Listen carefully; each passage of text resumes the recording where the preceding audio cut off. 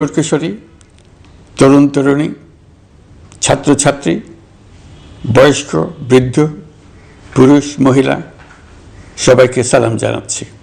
আসসালামু আলাইকুম। শুরুতেই স্মরণ করছি মুক্তিযুদ্ধের লাখো লাখো শহীদ এবং গত জুলাই আগস্ট মাসে ফ্যাসিবাদের বিরুদ্ধে ছাত্র শ্রমিক জনতার অভ্যুত্থানে নিহত সকল শহীদকে। সবাইকে জানাচ্ছি আমার সশ্রদ্ধ সালাম ও গভীর শ্রদ্ধা। আরও স্মরণ করছি তাদের ফ্যাসিবাদী শক্তির বিরুদ্ধে লড়াই করে যারা আহত হয়েছে, পঙ্গুত্ব বরণ করেছে, চোখের দৃষ্টি হারিয়েছে, যারা ৯ দফা নিয়ে দাঁড়িয়েছে, যারা ১ দফা নিয়ে দাঁড়িয়েছে, যারা দেশকে এক হিংস্র স্বৈরাচারের হাত থেকে বাঁচিয়ে। ছাত্র শ্রমিক জনতার অভূতপূর্ব গণ অভ্যুত্থানের পর ফ্যাসিস্ট সরকার প্রধান পালিয়ে গেলে দেশ সরকার শূন্য হয় সাময়িকভাবে। পুলিশ প্রশাসন এ সময় সম্পূর্ণ নিষ্ক্রিয় হয়ে পড়লে উদ্বেগজনক এক পরিস্থিতির সৃষ্টি হয়। স্বৈরশাসনে বিপর্যস্ত এই দেশকে আমাদের সবাইকে মিলে পুনর্গঠন করতে হচ্ছে। জুলাই আগস্ট বিপ্লবের পর আমরা এমন একটি দেশ হাতে পেয়েছি যার সর্বত্র ছিল বিশৃঙ্খলা। স্বৈরশাসন টিকিয়ে রাখতে আইন শৃঙ্খলা বাহিনীকে জনগণের মুখোমুখি দাঁড় করিয়ে দেওয়া হয়েছিল। বিপ্লব চলাকালে প্রায় ১,৫০০ ছাত্র শ্রমিক জনতার শহীদে মৃত্যু হয়। আমাদের সরকার প্রতিটি মৃত্যুর তথ্য অত্যন্ত যত্নের সাথে জোগাড় করছে। এই বিপ্লবে আহত হয়েছে ১৯,৯৩১ জন। আহতদের জন্য ঢাকার ১৩টি হাসপাতাল সহ বিভিন্ন বিশেষায়িত হাসপাতালে চিকিৎসার ব্যবস্থা করা হয়েছে। প্রতিদিনই তালিকায় আরও নতুন নতুন শহীদের তথ্য যোগ হচ্ছে, যারা স্বৈরাচারের আক্রোশের শিকার হয়ে এই পৃথিবী ছেড়ে চলে গেছেন। প্রতিটি হত্যার বিচার আমরা করবই। জুলাই আগস্ট হত্যাকাণ্ডের বিচারের যে উদ্যোগ আমরা নিয়েছি তার কাজও বেশ ভালোভাবে এগিয়ে যাচ্ছে। প্রকৃত স্বৈরাচার শেখ হাসিনাকেও আমরা ভারতের কাছ থেকে ফেরত চাইব। কেবল জুলাই আগস্ট হত্যাকাণ্ডই নয়, আমরা গত ১৫ বছরে সব অপকর্মের বিচার করব। অসংখ্য মানুষ গুম হয়েছে, খুন হয়েছে। এই সময় আমরা গুমের তদন্তে একটা কমিশন গঠন করেছি।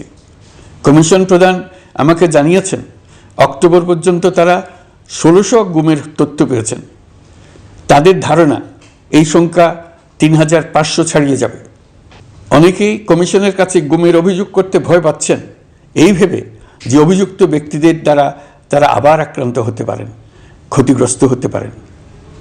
আমি আপনাদের আশ্বস্ত করতে চাই, আপনারা দ্বিধাহীন চিত্তে কমিশনকে আপনাদের অভিযোগ জানান। কারো সাধ্য নাই আপনাদের গায়ে আবার হাত দেয়। গুম কমিশনের সদস্যদের কাছে ভুক্তভোগীদের যে বিবরণ আমরা পেয়েছি তা অত্যন্ত মর্মান্তিক। জুলাই আগস্টের বিপ্লবের পর ছাত্রছাত্রীরা শহর বন্দরের দেয়ালে দেয়ালে তাদের মনের কথা লিখেছে। তাদেরও লিখে গেছেন তাদের কষ্টের মর্মস্পর্শী বিবরণ। তাদের এইসব কষ্টের কথা শুনে আমাদের হৃদয় কেঁপে উঠেছে। এসবের সঙ্গে জড়িতদের আমরা বিচারের কাঠগড়ায় দাঁড় করাবই। অভিযুক্ত যত শক্তিশালীই হোক, যে বাহিনীরই হোক, তাকে ছাড় দেওয়ার কোনো সুযোগ নেই। কেবল দেশে নয়, গুম, খুন ও জুলাই আগস্ট গণহত্যার সাথে জড়িতদের আমরা আন্তর্জাতিক আদালতেও বিচারের উদ্যোগ নিয়েছি। ইন্টারন্যাশনাল ক্রিমিনাল কোর্টের প্রধান কৌশলী করিম খানের সঙ্গে আমার এই ব্যাপারে ইতিমধ্যে কথা হয়েছে। আইনশৃঙ্খলা রক্ষাকারী বাহিনীগুলোর কোনো সদস্য কিংবা অন্য কেউ যাতে হত্যা, গুমসহ এই ধরনের কোনো অপরাধে জড়িয়ে পড়তে না পারে, এই জন্য আমরা গুম বিরোধী আন্তর্জাতিক সনদে স্বাক্ষর করেছি। আপনারা দেখেছেন জাতিসংঘের আন্তর্জাতিক মানবাধিকার বিষয়ক হাই কমিশনার ফলকার তুর্ক সম্প্রতি বাংলাদেশ সফর করেছেন। জাতিসংঘ জুলাই আগস্ট হত্যাকাণ্ডের তদন্তে। প্রিয় দেশবাসী, আমি আগেও জানিয়েছি, আবারও জানাচ্ছি, গণ অভ্যুত্থানে সকল শহীদদের পরিবারকে পুনর্বাসন করা হবে, একজনও বাদ যাবে না। সকল আহত শিক্ষার্থী, শ্রমিক জনতার চিকিৎসার সম্পূর্ণ ব্যয় সরকার বহন করবে। আহতদের দীর্ঘমেয়াদী এবং ব্যয়বহুল চিকিৎসা এবং শহীদদের পরিবারের দেখাশোনার জন্য স্বাস্থ্য মন্ত্রণালয়ের নেতৃত্বে একটি পূর্ণাঙ্গ তালিকা প্রস্তুত করা হয়েছে। প্রতিটি শহীদ পরিবারকে সরকারের পক্ষ থেকে 30 লক্ষ টাকা দেওয়া হচ্ছে। যারা বুলেটের আঘাতে তাদের দৃষ্টিশক্তি হারিয়েছেন তাদের চিকিৎসার জন্য নেপাল থেকে কর্নিয়া আনার ব্যবস্থা করা হয়েছে এবং যাদের প্রয়োজন তাদেরকে সরকারের পক্ষ থেকে বিদেশে চিকিৎসার জন্য পাঠানো হচ্ছে। জুলাই অভ্যুত্থানের কোনো শহীদ এবং আহত ছাত্র, শ্রমিক চিকিৎসা সেবা এবং পুনর্বাসন পরিকল্পনা থেকে বাদ যাবে না। এটি অন্তর্বর্তীকালীন সরকারের অঙ্গীকার। এই গণ অভ্যুত্থানের শহীদের স্মৃতি ধরে রাখতে গঠিত জুলাই শহীদ স্মৃতি ফাউন্ডেশন বেশ পাকাপোক্তভাবে তাদের কাজ শুরু করেছে। এই ফাউন্ডেশনকে সরকার 100 কোটি টাকা অনুদান দিয়েছে। এছাড়াও জুলাই আগস্ট বিপ্লবে শহীদ পরিবারের পুনর্বাসন ও আহতদের সর্বোত্তম চিকিৎসা নিশ্চিত করার জন্য সমাজ কল্যাণ মন্ত্রণালয়ের পক্ষ থেকে $5 মিলিয়ন একটি বরাদ্দ প্রস্তাব অর্থনৈতিক সম্পর্ক বিভাগের মাধ্যমে বিশ্ব ব্যাংকে পাঠানো হয়েছে। পতিত স্বৈরাচার পুলিশকে দলীয় কর্মীর মতো ব্যবহার করেছে। বাধ্য হয়ে তাদের অনেকেই গণহত্যায় অংশ নিয়েছেন। খুবই স্বাভাবিক প্রতিক্রিয়া হিসেবে তারা জনরোষের শিকার হয়েছেন। এতে তাদের মনোবল অনেক কমে যায়। আমরা পুলিশের মনোবল ফিরিয়ে এনে তাদের আবার আইন শৃঙ্খলা রক্ষায় কাজে লাগানোর চেষ্টা করছি। এক্ষেত্রে অনেক দৃশ্যমান উন্নতিও হয়েছে। আইন শৃঙ্খলা রক্ষায় বাংলাদেশ সেনাবাহিনীকেও কিছু নির্বাহী ক্ষমতা দেওয়া হয়েছে, যা পরিস্থিতির দৃশ্যমান উন্নতিতে সহায়তা করেছে। আমি আপনাদের সবাইকে ধন্যবাদ জানাই। কঠিন এই সময়ে আপনারা সবাই অপরিসীম ধৈর্যের পরিচয় দিয়েছেন। ধন্যবাদ জানাই দেশের রাজনৈতিক দলের নেতৃবৃন্দকে। তারা তাদের কর্মীদের শান্ত থাকার আহ্বান জানিয়েছেন। প্রতিশোধ স্পৃহায় লিপ্ত হয়ে কেউ যাতে হানাহানিতে জড়িয়ে না পড়ে সেই আহ্বান জানিয়েছেন। আপনাদের সবাই এই আহ্বানে সাড়া দিয়েছেন। ফেসিবাদী শক্তি ভয় দেখিয়েছিল তারা ক্ষমতা ছাড়লে দেশে লাখ লাখ লোক মারা পড়বে। টানা 7 দিন পুলিশ প্রশাসন সম্পূর্ণ নিষ্ক্রিয় থাকার পরও ব্যাপক আকারে সহিংসতা এড়ানো গেছে। আমরা যখন দায়িত্ব গ্রহণ করি বাংলাদেশ তখন সম্পূর্ণ অরক্ষিত একটা দেশ। এই সময় ধর্মীয় সংখ্যালঘুদের মধ্যে অহেতুক আতঙ্ক ছড়ানোর চেষ্টা করা হয়েছে। কয়েকটি ক্ষেত্রে তারা সহিংসতারও শিকার হয়েছেন। কিন্তু এটা নিয়ে যেসব প্রচারণা হয়েছে তা ছিল সম্পূর্ণ অতিরঞ্জিত। অল্প যে সমস্ত সহিংসতার ঘটনা ঘটেছে তার মূল কারণ ছিল রাজনৈতিক। কিন্তু এইসব ঘটনাকে ধর্মীয় আবরণ দিয়ে বাংলাদেশকে নতুন করে অস্থিতিশীল করে তোলার চেষ্টা করা হয়েছে। আপনাদের সবার সহযোগিতায় আমরা দৃঢ়ভাবে এই পরিস্থিতি সামাল দিয়েছি। আমাদের দায়িত্ব গ্রহণের 2 মাসের মাথায় দেশে দুর্গাপূজা উদযাপিত হয়েছে প্রায় 32,000 পূজা মণ্ডপে। দুর্গাপূজা উপলক্ষে নির্বাহী আদেশে একদিন অতিরিক্ত ছুটি ঘোষণা করা হয়, যা উৎসবের আমেজকে অনেক গুণ বাড়িয়ে দেয়। দুর্গাপূজাকে ঘিরে আমরা ব্যাপক নিরাপত্তা প্রস্তুতি নিই, যার ফলে দেশের হিন্দু সম্প্রদায় নির্বিঘ্নে তাদের উৎসব পালন করেছে। আমরা দায়িত্বে আসার পর যে অল্প কিছু ক্ষেত্রে তারা সহিংসতার শিকার হয়েছেন আমরা তার প্রতিটি ঘটনার তদন্ত করেছি। শুধু হিন্দু সম্প্রদায় নয়, দেশের কোনো মানুষই যাতে কোনো রকম সহিংসতার শিকার না হয় সেই জন্য আমরা যথাসাধ্য চেষ্টা করছি এবং সবসময় সে চেষ্টা করে যেতে থাকব। আপনারা জানেন চলতি বছর বাংলাদেশের বিভিন্ন অঞ্চলে 6টি বন্যা হয়েছে। আপনাদের সবার সহযোগিতায় আমরা এই বন্যা মোকাবেলা করেছি। বাংলাদেশের দেশপ্রেমিক সশস্ত্র বাহিনী বন্যা মোকাবেলায় জনগণের সাথে কাঁধে কাঁধ মিলিয়ে কাজ করেছে। বন্যা মোকাবেলা ও বন্যা পরবর্তী পুনর্বাসনের লক্ষ্যে বিশ্বব্যাংকের $250 মিলিয়ন অনুদান এবং স্থানীয় অনুদানের মাধ্যমে 100 কোটি টাকারও বেশি অর্থ সংগ্রহ করা হয়েছে। বন্যার ফলে অনেক জায়গায় ফসলহানি হয়েছে, ব্যাহত হয়েছে পণ্য সরবরাহ শৃঙ্খল। বন্যা পরবর্তী সময়ে বাজারে শাকসবজি সহ নিত্য প্রয়োজনীয় পণ্যের দাম বেড়েছে, ফলে আপনাদের কষ্ট হয়েছে। নিত্য পণ্যের দাম সহনীয় পর্যায়ে রাখতে আমরা যথাসাধ্য চেষ্টা করছি। বাজারে ডিমের সরবরাহ বাড়ানোর জন্য আমরা 9.5 কোটি ডিম আমদানির অনুমতি দিয়েছি। এই জন্য প্রয়োজনীয় শুল্ক ছাড়ও দেওয়া হয়েছে। বন্যার ফলে চালের উৎপাদন ব্যাহত হওয়ায় চাল আমদানিতে শুল্ক ছাড় দেওয়া হয়েছে। আসন্ন রমজানে নিত্য প্রয়োজনীয় দ্রব্যের সরবরাহ এবং দাম যাতে স্বাভাবিক থাকে এই জন্য সরকারের বিভিন্ন কর্তৃপক্ষ ব্যবসায়ীদের সাথে নিয়মিত বৈঠক করে যাচ্ছে। দ্রব্যমূল্য নিয়ে আমাদের কোনো লুকোছাপা নেই। মূল্যস্ফীতির পূর্ণ তথ্য জনগণের সামনে তুলে ধরা হচ্ছে। মূল্যস্ফীতি রোধে উচ্চ সুদের হার নির্ধারণ সহ একাধিক নীতিগত সিদ্ধান্ত নেওয়া হয়েছে, যার মধ্যে রয়েছে শস্য আমদানিতে এলসি সীমা অপসারণ এবং সরবরাহ চেইন সংক্ষিপ্ত করা।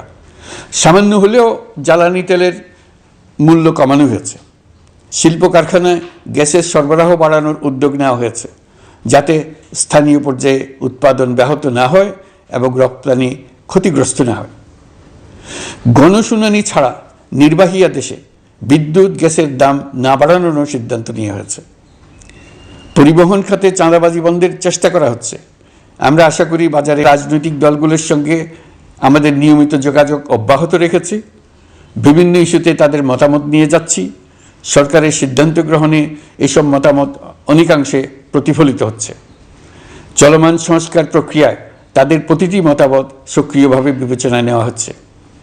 আমরা আশা করছি নির্ধারিত সময়ে ডিসেম্বর-জানুয়ারির মধ্যেই সংস্কার কমিশনগুলো তাদের সুপারিশমালা সরকারের কাছে পেশ করতে পারবে। তাদের সুপারিশ নিয়ে আমরা রাজনৈতিক দলগুলোর সঙ্গে ক্রমাগতভাবে আলোচনায় বসব। সকলের ঐক্যমত্যের ভিত্তিতেই আমরা সংস্কার প্রস্তাব চূড়ান্ত করব। নির্বাচন কবে হবে এই প্রশ্ন আপনাদের সবার মনেই আছে, আমাদের মনেও সারাক্ষণ আছে। আপনারা লক্ষ্য করেছেন নির্বাচন আয়োজনের লক্ষ্যে আমরা প্রয়োজনীয় পদক্ষেপ নিতে শুরু করেছি। কয়েকদিনের মধ্যে নির্বাচন কমিশন গঠন হয়ে যাবে। তারপর থেকে নির্বাচন আয়োজন করার সমস্ত দায়িত্ব তাদের উপর বর্তাবে। নির্বাচন কমিশন ভোটার তালিকা হালনাগাদ সহ আরও কিছু কাজ শুরু করে দিতে পারবে, যা একটা অবাধ নির্বাচনের সাথে সরাসরি সম্পৃক্ত। প্রথমবারের মতো প্রবাসী বাংলাদেশিরা পোস্টাল ব্যালটের মাধ্যমে যাতে তাদের ভোটাধিকার প্রয়োগ করতে পারে, সে লক্ষ্যেও সরকার কাজ করছে। তবে আমরা মনে করি না যে একটা নির্বাচন কমিশন গঠন করে দিলেই নির্বাচন আয়োজনে আমাদের দায়িত্ব শেষ। রাষ্ট্র ব্যবস্থায় সংস্কার আমাদের এই সরকারের অন্যতম অঙ্গীকার। আপনারাই আমাদেরকে এই ম্যান্ডেট দিয়েছেন। যেই 6টি সংস্কার কমিশন আমরা শুরুতে গঠন করেছিলাম, তারা ইতিমধ্যে তাদের কার্যক্রম অনেক দূর এগিয়ে নিয়েছে। বিভিন্ন গণমাধ্যমে আপনারা তাদের কার্যক্রমের আপডেটও দেখছেন। কয়েকটি সংস্কার কমিশন ডিজিটাল প্ল্যাটফর্ম গঠন করেছে। আমার অনুরোধ, আপনারা এই প্ল্যাটফর্মে উৎসাহ সহকারে আপনাদের মতামত জানাতে থাকুন। প্রথম 6টি সংস্কার কমিশনের মধ্যে একটি হলো নির্বাচন সংস্কার কমিশন। নির্বাচন অনুষ্ঠানের জন্য এই কমিশনের সুপারিশমালা অত্যন্ত জরুরি। তাদের প্ল্যাটফর্মে যান, আপনার মতামত খোলাখুলিভাবে তুলে ধরুন। আপনি দেশের মালিক, আপনি বলে দিন আপনি কি চান, কিভাবে চান। নির্বাচন নিয়ে আপনাদের সকল বক্তব্য বিনা দ্বিধায় বলতে থাকুন। আপনার মনের কথা তুলে ধরুন। আমার অনুরোধ, সংস্কারের কথাটাও একই সঙ্গে বলুন। সংস্কারকে পাশ কাটিয়ে যাবেন না। নির্বাচনের কথা বলার সঙ্গে নির্বাচন ও অন্যান্য ক্ষেত্রে সংস্কারের কথাটিও বলুন। সংস্কার হলো জাতির দীর্ঘমেয়াদী জীবনী শক্তি। সংস্কার জাতিকে, বিশেষ করে আমাদের তরুণ তরুণীদের নতুন পৃথিবী সৃষ্টির সুযোগ দেবে। জাতিকে বঞ্চিত করবেন না। নির্বাচন আয়োজনে যে সংস্কার কমিশনের সুপারিশমালায় রাজনৈতিক দলসমূহ এবং দেশের সকল মানুষের মতামত অপরিহার্য, সেই কমিশন হলো সংবিধান সংস্কার কমিশন। এই সুকীয় সংস্কার কাজ শেষ করেই আমরা আপনাদের কাঙ্ক্ষিত নির্বাচন আয়োজন করব। ততদিন পর্যন্ত আমি আপনাদের ধৈর্য ধারণ করার অনুরোধ করব। আমরা চাইব আমরা যেন এমন একটি নির্বাচন ব্যবস্থা সৃষ্টি করতে পারি যা যুগ যুগ ধরে অনুসরণ করা যাবে। এর ফলে সাংবৎসরিক রাজনৈতিক সংকট থেকে আমাদের দেশ রক্ষা পাবে। এই জন্য প্রয়োজনীয় সময়টুকু আমি আপনাদের কাছ থেকে চেয়ে নিচ্ছি। নির্বাচনী সংস্কারের সিদ্ধান্ত হয়ে গেলে খুব দ্রুত আপনারা নির্বাচনের রোডম্যাপও পেয়ে যাবেন। অন্তর্বর্তী সরকার সৃষ্টি হয়েছে রাজনীতিকে নীতির কাঠামোয় আনার জন্য এবং রাজনীতির জন্য নতুন পরিবেশ সৃষ্টির নিবিড় আকাঙ্ক্ষা থেকে। এই আকাঙ্ক্ষা পূরণ করা থেকে জাতিকে বঞ্চিত করবেন না। নির্বাচনের ট্রেন যাত্রা শুরু করেছে, এটা আর থামবে না। কিন্তু যেতে যেতে আমাদের অনেকগুলো কাজ সেরে ফেলতে হবে। এই ট্রেন শেষ আসবে সেটা নির্ভর করবে কত তাড়াতাড়ি আমরা তার জন্য রেল লাইনগুলো বসিয়ে দিতে পারি, আর তা হবে রাজনৈতিক দলসমূহের ঐক্যমত্যের মাধ্যমে। ইতিমধ্যে অন্যান্য সংস্কার কমিশনের সুপারিশমালা নিয়ে আলাপ চলতে থাকবে। নির্বাচন ছাড়াও আরও গুরুত্বপূর্ণ সংস্কার করার ব্যাপারে ঐক্যমত গঠনের জন্য অতিরিক্ত সময় প্রয়োজন হতে পারে। দেশবাসীর কাছে, বিশেষ করে রাজনৈতিক দলগুলির কাছে আমরা ক্রমাগতভাবে প্রশ্ন তুলতে থাকব, কী কী সংস্কার নির্বাচনের আগে আপনারা করে নিতে চান। নির্বাচনের আয়োজন চলাকালীন কিছু সংস্কার হতে পারে।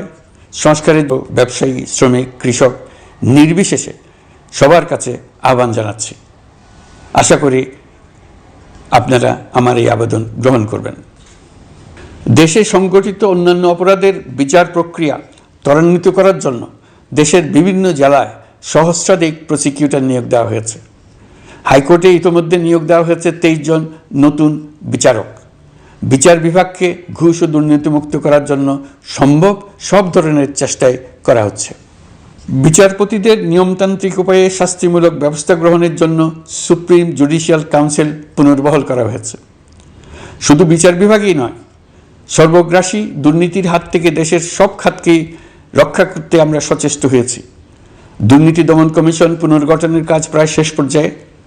দুর্নীতি ও অর্থ পাচারে অভিযুক্ত প্রভাবশালী 150 ব্যক্তির তালিকা তৈরি এবং 79 জনের বিরুদ্ধে অনুসন্ধান শুরু হয়েছে। 15% হারে আয়কর পরিশোধ করে অপ্রদর্শিত পরিসম্পদ অর্থাৎ কালো টাকা সাদা করার বিধান বাতিল করা হয়েছে। সরকারি কার্যক্রমকে গতিশীল করতে বিভিন্ন পর্যায়ের 19,084 জন কর্মকর্তা কর্মচারীকে পদোন্নতি, 13,429 জনকে বদলি এবং 12,636 জনের বিরুদ্ধে শাস্তিমূলক ব্যবস্থা গ্রহণ করা হয়েছে। গুরুত্বপূর্ণ নীতি নির্ধারণী সিদ্ধান্ত গ্রহণ করা হয়েছে। ছাত্রছাত্রীদের দাবি মেনে ইতিমধ্যে সরকারি চাকরির বয়সসীমা 32-এ উন্নীত করা হয়েছে। আমরা জানি আমাদের কাছে আপনাদের আরও অনেক দাবি দেওয়া আছে। দীর্ঘদিনের অপশাসন, অত্যাচার, অনাচারের ফলে আপনাদের মনে অনেক ক্ষোভ পঞ্জীভূত হয়েছে। দেশে বাক স্বাধীনতা না থাকায় আমরা কেউ আমাদের মতামত, দাবি দাওয়া প্রকাশ করতে পারিনি। আমরা আপনাদের প্রতিটি দাবির প্রতি সহানুভূতিশীল। আমরা ধৈর্য সহকারে আপনাদের কথা শুনতে চাই, কিন্তু সেজন্য আপনারা সড়ক অবরোধ করে জনদুর্ভোগ সৃষ্টি করলে আমাদের সকলেরই অসুবিধা হয়। আমাদের একান্ত অনুরোধ, আপনারা নির্দিষ্ট চ্যানেল মেনটেন করে আপনাদের দাবি দেওয়া পেশ করবেন। আমাদের বৃহৎ রপ্তানি পণ্য গার্মেন্টস শিল্পে গত কিছুদিন ব্যাপক অস্থিরতা বিরাজ করছে। ফ্যাসিস্ট সরকারের সুবিধাভোগী বেশ কিছু গার্মেন্টস মালিক পালিয়ে যাওয়ায় শ্রমিকদের বেতন ভাতা নিয়ে অনিশ্চয়তা তৈরি হয়েছে ছিল। শ্রমিকরা তাদের দীর্ঘদিনের বঞ্চনার প্রতিবাদ জানাতে এবং অনিশ্চয়তা থেকে মুক্তি পেতে রাস্তায় নেমে আসে। আমরা তাদের কথা শুনেছি, তাদের আলোচনার টেবিলে নিয়ে আসতে পেরেছি। আমরা অত্যন্ত আনন্দিত যে মালিক শ্রমিকের মধ্যে 18 দফার একটা ব্যাপক ভিত্তিক চুক্তি স্বাক্ষরিত হয়েছে। বড় ধরনের কোনো সহিংসতা ছাড়াই আমরা শ্রমিক অসন্তোষ নিরসন করতে পেরেছি। তারা আবার উৎপাদনে ফিরেছে। এতে প্রাণ ফিরে পেয়েছে বাংলাদেশের রপ্তানিমুখী এই শিল্প। নানা প্রতিকূলতা সত্ত্বেও অক্টোবর মাসে আমাদের রপ্তানিতে প্রবৃদ্ধি হয়েছে প্রায় 21%। আমরা যখন কাজ শুরু করেছি দেশের অর্থনীতি ছিল বিপর্যস্ত। বৈদেশিক মুদ্রার রিজার্ভ ছিল তলানিতে। আসার কথা, এই রিজার্ভ পরিস্থিতি এখন উন্নতির পথে। গত 3 মাসে রিজার্ভে কোনো রকম হাত না দিয়েই আমরা প্রায় $2 বিলিয়ন বৈদেশিক ঋণ শোধ করতে পেরেছি। জ্বালানি তেল আমদানিতে পুঞ্জীভূত বকেয়ার পরিমাণ $478 মিলিয়ন হতে কমিয়ে $160 মিলিয়ন আনতে পেরেছি। অর্থনীতি পুনরুদ্ধারে আমরা সর্বাত্মক চেষ্টা চালিয়ে যাচ্ছি। বিশ্বব্যাংক, IMF সহ বিভিন্ন দাতা সংস্থা ইতিমধ্যে ঋণ ও অনুদান হিসেবে $8 বিলিয়ন দেওয়ার প্রতিশ্রুতি দিয়েছে, যা আমাদের ভঙ্গুর অর্থনীতিকে সচল করতে সক্ষম হবে। পতিত সরকার আমাদের জন্য যে ভঙ্গুর অর্থনৈতিক পরিস্থিতি রেখে গিয়েছে, তাতে রাজস্ব আদায়ে গতি আনতে হিমশিম খেতে হচ্ছে জাতীয় রাজস্ব বোর্ডকে। এর মধ্যেও জুলাইয়ের নেতিবাচক অবস্থা থেকে অক্টোবর নাগাদ রাজস্ব আদায়ে 9.9% প্রবৃদ্ধি অর্জিত হয়েছে।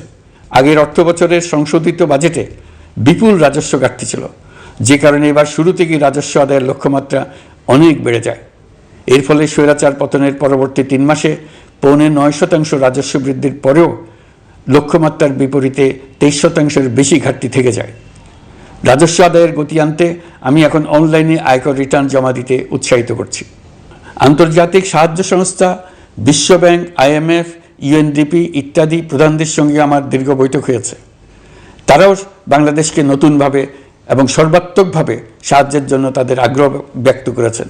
চীনের পররাষ্ট্রমন্ত্রীর সঙ্গে একান্ত বৈঠকে চীনের পক্ষ থেকে যাবতীয় সাহায্যের আশ্বাস দিয়েছেন। 100 দিন আগে আর্থিক দিক থেকে আমরা যে লণ্ডভণ্ড অবস্থা থেকে যাত্রা শুরু করেছিলাম সেটা এখন অতীত ইতিহাস হয়ে দাঁড়িয়েছে। এই 100 দিনে অর্থনীতি সবল অবস্থানে চলে আসছে। এটা সম্পূর্ণ নিজস্ব নীতিমালা দিয়ে হয়েছে।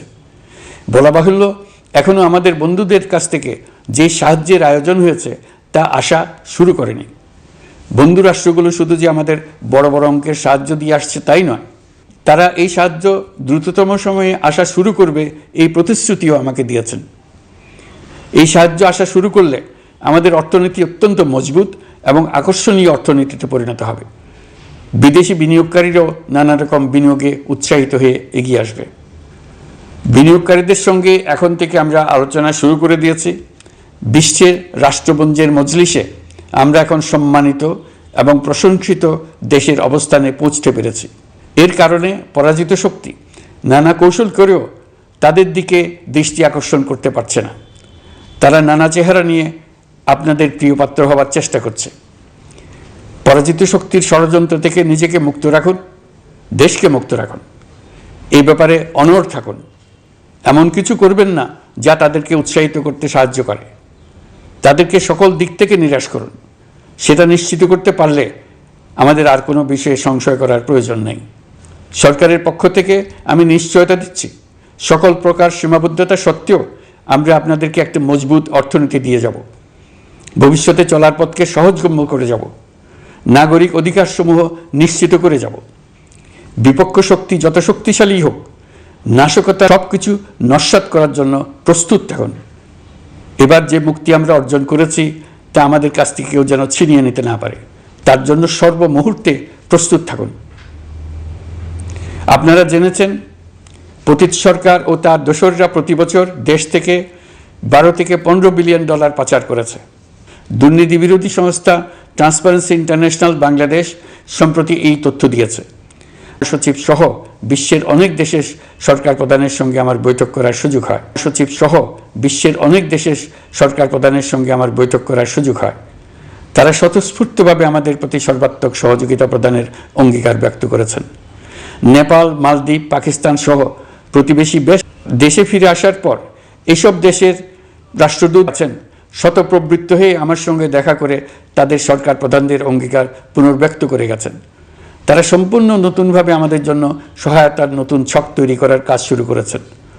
ইউনিয়নের 27 জন রাষ্ট্রদূত একত্র হয়ে সরকারের সঙ্গে আলোচনায় বসেনি। দিল্লি থেকে এই বিশাল সংখ্যক রাষ্ট্রদূত একসঙ্গে বৈঠক করার জন্য কোনোদিন আসেনি। এবার এই কাজটি করার পেছনে আছে ইউরোপিয়ান ইউনিয়নের সমর্থন প্রকাশ করা এবং অর্থনৈতিক ক্ষেত্রে উচ্চ পর্যায়ের সহযোগিতা গড়ে তোলা। ইতিমধ্যে আমার সঙ্গে দেখা করেছেন সৌদি আরব, সংযুক্ত আরব আমিরাত, ব্রাজিল, তুরস্ক, রাশিয়া, ফিনল্যান্ড, সিঙ্গাপুর, লিবিয়া সহ অনেক দেশের রাষ্ট্রদূত। দ্বিপাক্ষিক নানা সহযোগিতা সহ বাণিজ্য বিনিয়োগ বৃদ্ধির আশ্বাস তারা দিয়েছেন।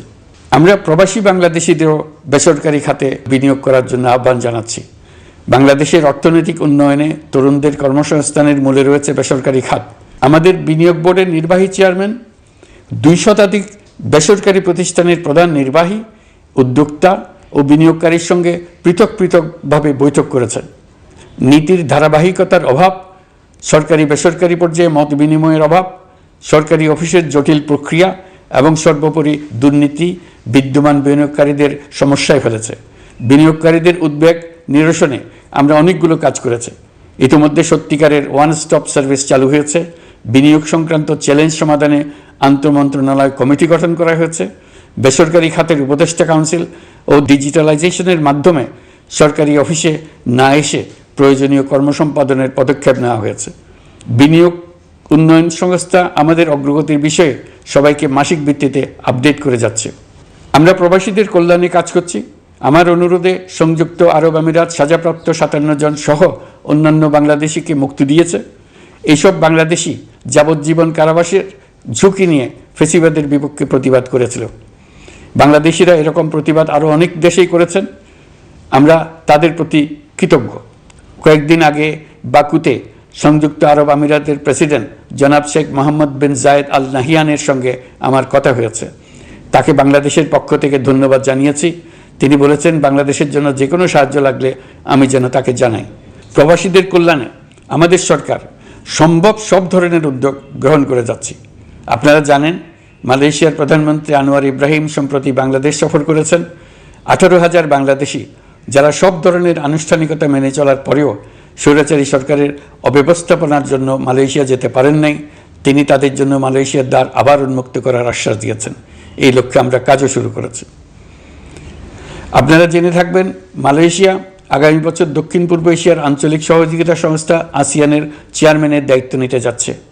আমরা ইতিমধ্যে আসিয়ানের সদস্য পদের জন্য আবেদন করেছি। মালয়েশিয়ার প্রধানমন্ত্রী আমাদের আবেদন সক্রিয়ভাবে বিবেচনার আশ্বাস দিয়েছেন। একই ধরনের আশ্বাস আমরা পেয়েছি ইন্দোনেশিয়া থেকেও। ইন্দোনেশিয়ার পক্ষ থেকে সে দেশে রাষ্ট্রীয় সেবার জন্য আমাকে অনুরোধ করেছে। সৌদি আরব সহ বিশ্বের আরও অনেক দেশ আমাদের সঙ্গে সহযোগিতা বৃদ্ধির প্রস্তাব দিয়েছে। প্রথমবারের মতো ওআইসি সদর দপ্তরে আমরা স্থায়ীভাবে রাষ্ট্রদূত নিয়োগ দিয়েছি। তুরস্কের রাষ্ট্রপতি রিসেপ তাইয়েপ এরদোগানের সাথে আগে আমার টেলিফোনে আলাপ হয়েছে। এবার COP29 সম্মেলনে গিয়ে তিনিও তার স্ত্রীর সঙ্গে অত্যন্ত অন্তরঙ্গ পরিবেশে আলোচনা হয়েছে। বাংলাদেশের প্রতি তার বিশেষ সমর্থনের কথা তিনি বারবার প্রকাশ করেছেন। তুরস্কের একটি বাণিজ্য প্রতিনিধি দল ইতিমধ্যে বাংলাদেশ সফর করেছে। তুরস্ক এদেশের সঙ্গে অর্থনৈতিক সম্পর্ক উন্নয়নের জন্য টার্কিশ ইনভেস্টমেন্ট অথরিটি বা টিকা একটি অফিস ঢাকায় স্থাপনের জন্য ঘোষণা দিয়েছে। এর মাধ্যমে তুরস্কের বিনিয়োগ ও বাণিজ্য বৃদ্ধির উদ্যোগ নেওয়া হবে। এ উদ্দেশ্যে চলতি মাসে একটি উচ্চ ক্ষমতা সম্পন্ন দল তুরস্ক থেকে বাংলাদেশে আসছেন। প্রিয় দেশবাসী, নতুন হজ প্যাকেজ ঘোষণা করা হয়েছে। তাতে হজের ব্যয় 1 লাখ টাকারও বেশি কমিয়ে আনা হয়েছে। পাশাপাশি আমরা এই সিদ্ধান্ত গ্রহণ করেছি এই বছর সরকারি খরচে কাউকে হজে পাঠানো হবে না। আমরা নতুন বাংলাদেশকে একটা পরিবেশ বান্ধব এবং জীব বৈচিত্র্য, সেই লক্ষ্যে আমি প্রথমেই একটি ক্ষুদ্র পদক্ষেপ নিয়েছি। সমগ্র সচিবালয়ে প্লাস্টিকের পানির বোতল ব্যবহার নিষিদ্ধ করেছি। ইতিমধ্যে সুপার শপগুলোতে পলিথিনের শপিং ব্যাগ ব্যবহার বন্ধ করার উদ্যোগ নেওয়া হয়েছে। আপনারা সবাই অবগত আছেন জলবায়ু পরিবর্তন আমাদের জীবনযাত্রার জন্য কীরকম হুমকি হয়ে আসছে। গত 1 বছরে বাংলাদেশ প্রায় 15টি প্রাকৃতিক দুর্যোগের শিকার হয়েছে। মানুষের সৃষ্ট নানাবিধ দুর্যোগের পাশাপাশি এইসব প্রাকৃতিক দুর্যোগের বিপক্ষেও আমাদের লড়তে হচ্ছে। আজারবাইজানে জলবায়ু সম্মেলনে বিশ্ব নেতৃবৃন্দকে আমি আমার উদ্যোগের কথা জানিয়েছি। সেখানে জাতিসংঘের মহাসচিব, ইউরোপ, এশিয়া, আফ্রিকার অনেক সরকার প্রধানের সঙ্গে আমার দেখা হয়েছে। যতটুকু আলাপ আলোচনা সম্ভব হয়েছে আমি সবার কাছে জলবায়ুর প্রতিকূল প্রভাব মোকাবেলা সহ গণতান্ত্রিক উত্তরণের পথে বাংলাদেশের অগ্রযাত্রায় সহযোগিতা চেয়েছি। তারা সবাই সহযোগিতার অঙ্গীকার করেছেন। গত 100 দিনে আমরা অনেক কল্যাণমূলক কাজ করেছি, যা এখানে স্বল্প পরিসরে বর্ণনা করা সম্ভব নয়। আমাদের সরকার স্বচ্ছতা ও জবাবদিহিতায় বিশ্বাসী। তাই আমি সরকারের সকল মন্ত্রণালয়কে নির্দেশ দিয়েছি তাদের নিজ নিজ কাজের বিস্তারিত বিবরণ নিজেদের ওয়েবসাইট ও সামাজিক যোগাযোগ মাধ্যমে প্রকাশ করার জন্য। আমি আমার দপ্তরকেও বলেছি সরকারের সব কাজের বিবরণ যাতে জনগণ জানতে পারে, এই জন্য যেন প্রয়োজনীয় পদক্ষেপ নেওয়া হয়।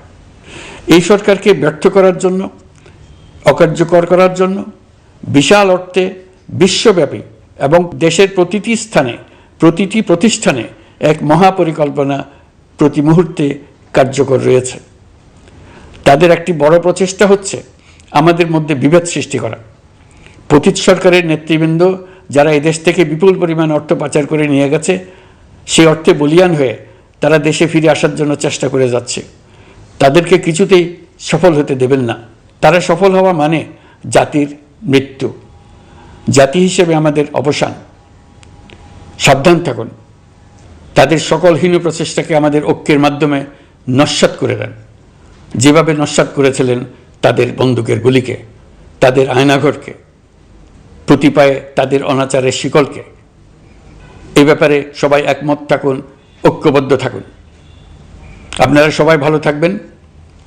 দেশের সকল শিশু, কিশোর কিশোরী, তরুণ তরুণী, ছাত্রছাত্রী, বয়স্ক, বৃদ্ধ, পুরুষ, মহিলা সবাইকে আমার সালাম জানাচ্ছি। আসসালামু আলাইকুম। মহান আল্লাহ আমাদের সহায় হন। খুদা হাফেজ।